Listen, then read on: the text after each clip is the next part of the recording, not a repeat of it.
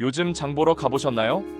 물가가 잡혔다는 뉴스와는 달리 마트 앞 계산대에만 서면 마음이 턱 막히죠. 정부는 소비를 살리겠다며 30조 원짜리 추경까지 내놨는데 정작 시장은 조용합니다.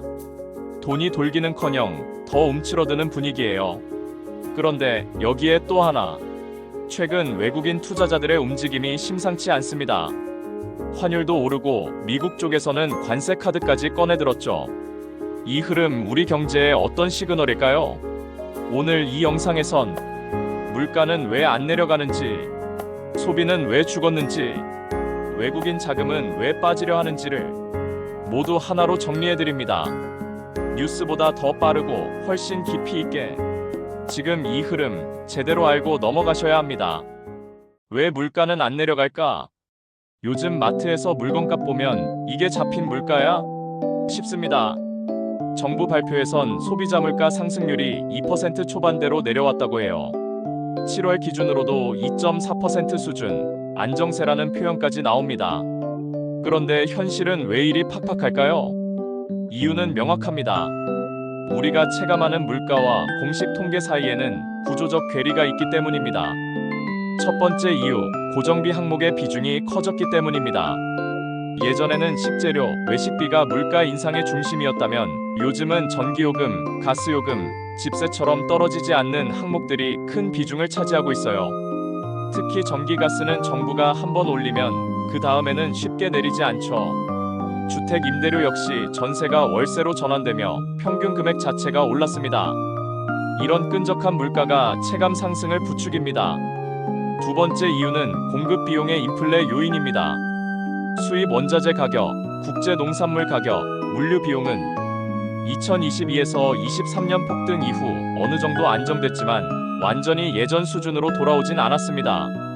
농축수산물은 여전히 공급에 민감한 품목이고 기상이변, 환율 상승이 겹치면 갑자기 가격이 오르기도 하죠. 게다가 원자재 가격은 대기업이 먼저 반영하고 소상공인과 자영업자는 더 늦게, 더 크게 반영하게 됩니다. 세 번째는 정책의 체감 속도가 너무 느리기 때문입니다. 정부는 할인 쿠폰, 지원금, 추경까지 내놓고 있지만 일회성 정책이 많고 실제 수혜자가 제한적입니다. 예를 들어 농수산물 할인 쿠폰도 대형마트를 이용하지 않거나 온라인 쇼핑에 익숙하지 않은 계층은 이 혜택을 체감하기 어렵습니다. 추경의 경우도 마찬가지입니다. 30조 원이라는 숫자는 큽니다. 하지만 실제 소비 진작으로 이어지려면 심리 회복, 소득 증대, 실질 구매력 증가가 따라줘야 하죠. 그런데 지금은 불확실성이 더 큽니다. 소비자들은 오히려 지갑을 닫고 나중에 쓰자는 분위기가 강해졌어요. 네 번째는 소비 구조 자체가 바뀌었기 때문입니다. 불황형 소비 구조, 소확행, 미니멀리즘, 이런 흐름들이 강해지면서 기본적인 것 외에는 안 쓴다는 문화가 확산되고 있습니다. 가성비 소비는 더 치열해졌고 비가성비 상품은 외면받습니다. 그 결과는 명확합니다. 정부는 물가 안정을 말하지만 국민은 체감 인플레이션에 시달리는 상태. 공식 물가 상승률은 2%지만 국민의 체감은 4에서 5%에 가깝다는 말이 나오는 이유입니다. 여기에 또 하나, 소비자 심리지수는 최근 들어 다시 꺾였습니다. 2025년 6월 기준 소비자 심리지수는 전달보다 하락했고 경기 판단, 가계 수입 전망, 소비 지출 전망 모두 동반 하락했어요. 이건 단순한 통계가 아니라 소비자가 체감하는 불안감이 계속 커지고 있다는 뜻이죠. 결국 우리는 지금 물가는 안정됐다고 말하지만 살림은 전보다 더 어려워진 현실을 마주하고 있습니다. 그리고 이 체감 격차는 단순한 기분 문제가 아니라 정책 신뢰, 시장 반응, 소비 회복 속도 전반에 영향을 줍니다. 정리하면 이렇습니다. 전기, 가스, 집세 중심의 끈적한 물가, 공급 비용 부담은 여전, 정책 효과는 늦고 제한적, 소비 심리는 얼어붙은 상태, 가성비 중심 소비 문화 확산, 이 모든 게 맞물려 물가는 내려갔다는데 우리는 왜 더 힘들어졌을까? 라는 질문이 나오는 겁니다. 다음 파트에서는 정부가 꺼낸 30조 원짜리 추경, 이게 과연 소비를 살릴 수 있는 카드일지 더 깊이 들어가 보겠습니다. 소비는 왜 안 살아나고 더 위축될까? 물가도 안 떨어지는데 소비마저 위축되고 있다면? 이건 단순히 느낌이 아니라 한국 경제가 정말로 얼어붙고 있다는 신호일 수 있습니다. 요즘 뉴스 보면 소비자 심리 회복이라는 말도 나오고 추경 30조 투입이라는 발표도 있었지만 현장에서 느끼는 건 전혀 다르죠? 그래서 오늘은 이 질문부터 시작해보려 합니다. 소비 정말 줄고 있는 걸까? 만약 그렇다면 왜? 먼저 공식 지표부터 살펴볼게요. 2025년 5월 기준 소매 판매액은 전년 동월 대비 0.2% 감소했습니다. 큰 폭은 아니지만 2개월 연속 감소세라는 점에서 주목할 만합니다. 그리고 한국은행에 따르면 2025년 2분기 민간 소비는 전분기 대비 0.14% 감소했습니다. 숫자 자체는 작아 보이지만 2개 분기 연속 감소세로 가면 기술적 소비 침체로 해석될 수 있습니다. 즉, 지표는 아직 위기까진 아님이라고 말하지만 이미 구조적 위축이 시작된 건 아닐까 의심하게 되는 상황이에요. 그런데 재미있는 건 이겁니다. 같은 달 소비자 심리 지수는 오히려 급등했습니다. 2025년 6월 기준 소비자 심리 지수는 108.7, 향후 경기 전망도 107로 올랐습니다. 그럼 이렇게 물어야겠죠. 심리는 좋아졌는데 왜 실제 소비는 안 따라올까? 여기엔 5가지 이유가 있습니다. 먼저, 심리와 현실의 괴리. 사람들이 경제가 좋아질 것 같다고 느끼는 건 주가가 오르고 환율이 안정되고 뉴스에 긍정적인 신호가 많아졌기 때문입니다. 하지만 실제 소비는 월급에 맞춰야 하잖아요. 월급은 그대로고 고정비는 늘어났고 게다가 대출 상환도 해야 하는 상황에선 느낌만으로 지갑을 열 수는 없습니다. 즉, 기대감은 있지만 실탄이 없는 상황이에요. 두 번째는 고정 지출의 확대.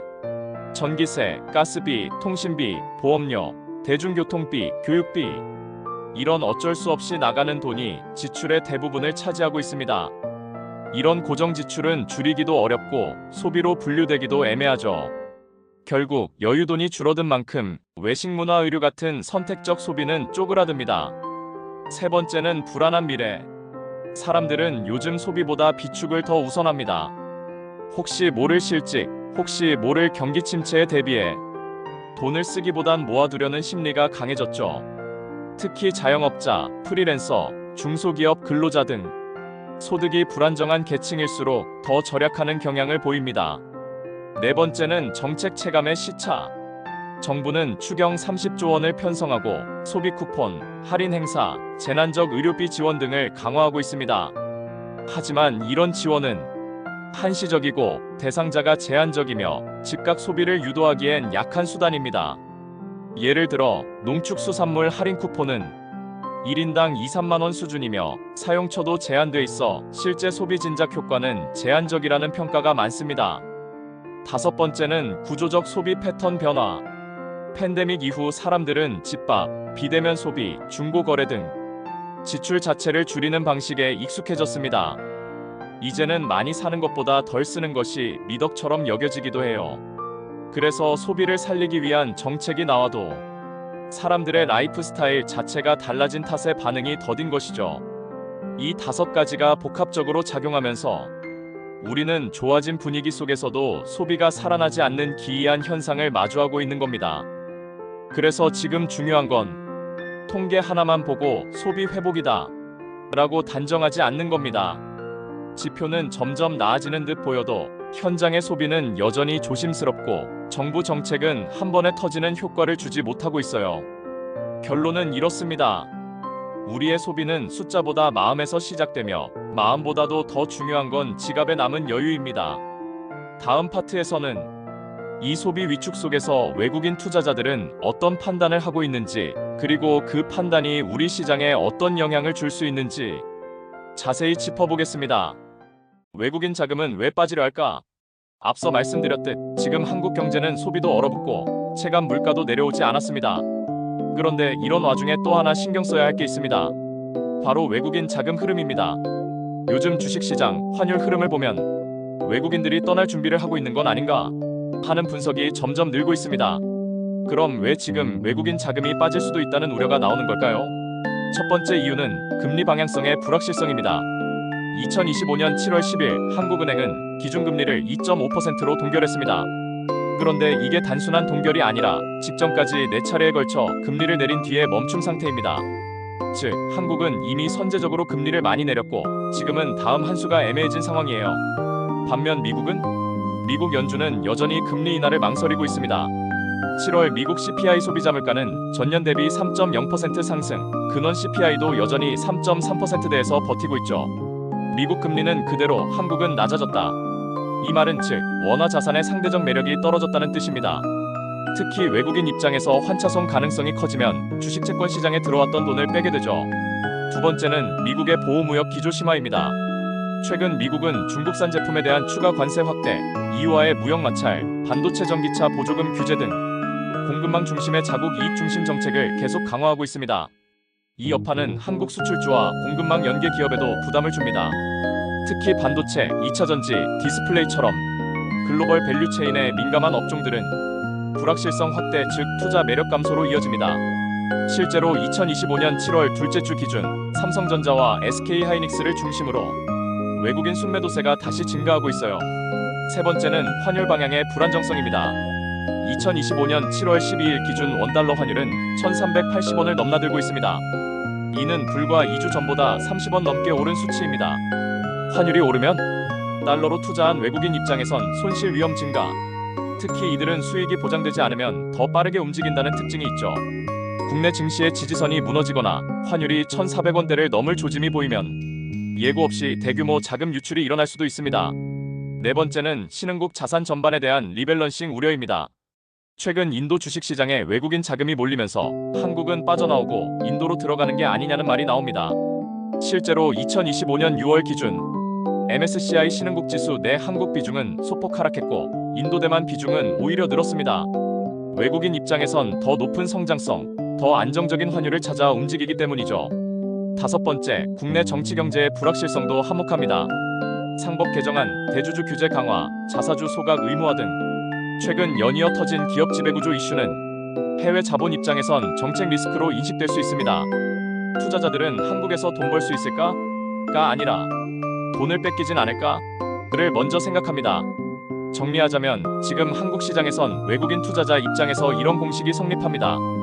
한국 금리 낮아짐, 채권 주식 수익률 하락, 미국 금리는 유지, 달러 자산 매력 상승, 환율 불안정, 환차손 우려 상승, 정책 리스크 존재, 포지션 축소 압박. 그리고 가장 중요한 건 이 모든 변수들이 7월 셋째 주 이후 본격 반영될 수 있다는 점입니다. 다음 주엔 미국의 PPI 생산자 물가 발표, 중국 GDP 지표 발표, EU 금리 관련 코멘트 등이 줄줄이 예정되어 있죠.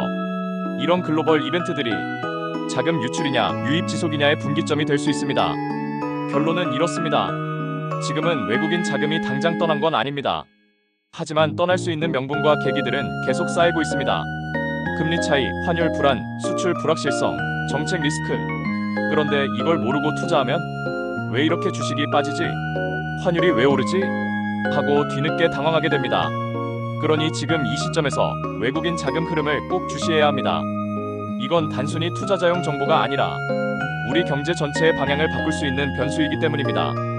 이제 결론 정리와 함께 다음 주 꼭 확인해야 할 경제 일정, 그리고 지금 시점에서 우리가 무엇을 준비해야 하는지 마지막으로 안내해드리겠습니다. 이제 마무리해볼까요?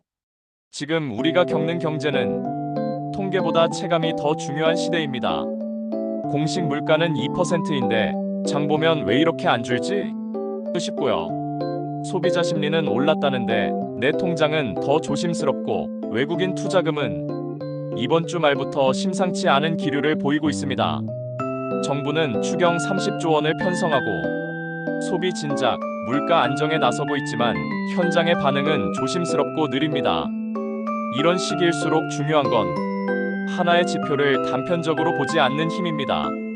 금리, 소비, 고용, 외국인 투자 흐름, 이 모든 걸 연결해서 흐름을 읽어야 앞으로의 경제 방향이 보입니다. 그래서 다음 주에는 이 일정들을 꼭 주목해주세요.